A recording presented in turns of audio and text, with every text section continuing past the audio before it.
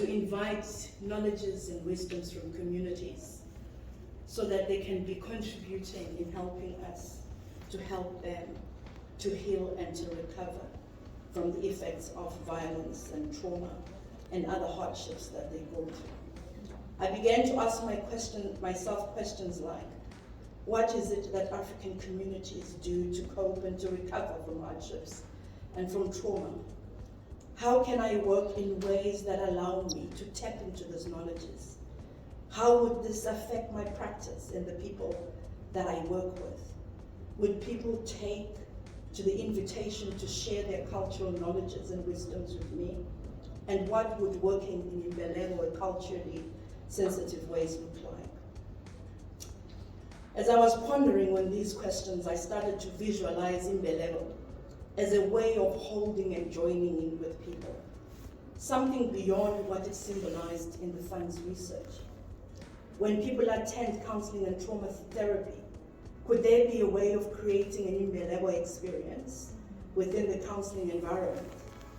How could I ensure that my work is grounded in community knowledge and culture and wisdom?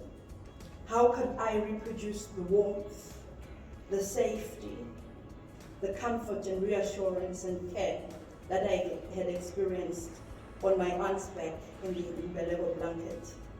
Can this be reproduced within therapeutic settings? And so this began a journey of trying to draw inspiration from some of our own ways of being as African people. I know that we are very different, but there are certain things that are very common in how we live our lives. We are a communal people. We sing and we dance when we are happy. We celebrate life and value interdependence and social connectedness. When we meet as families and groups, we share stories and we eat together. Those who are strong support the weak, and there is no shame associated with need or lack. Our strength and identity and pride are rooted within our culture. Our values are passed from one generation to another.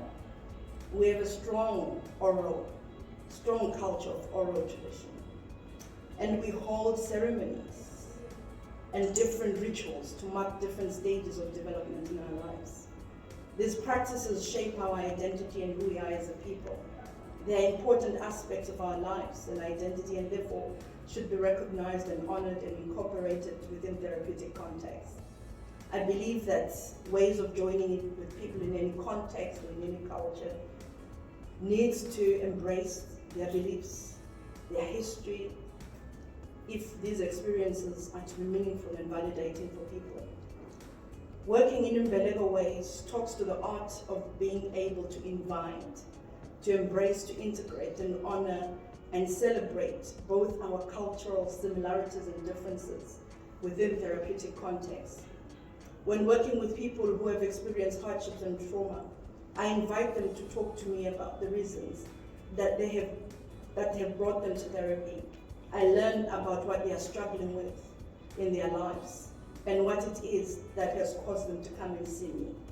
I also speak to people about their hopes and what they would like to get out of the therapy, what is important to them, and what they would like to see happen during the consultation with me, including cultural knowledges and skills that we can bring in, where we can draw strength and help people to move forward.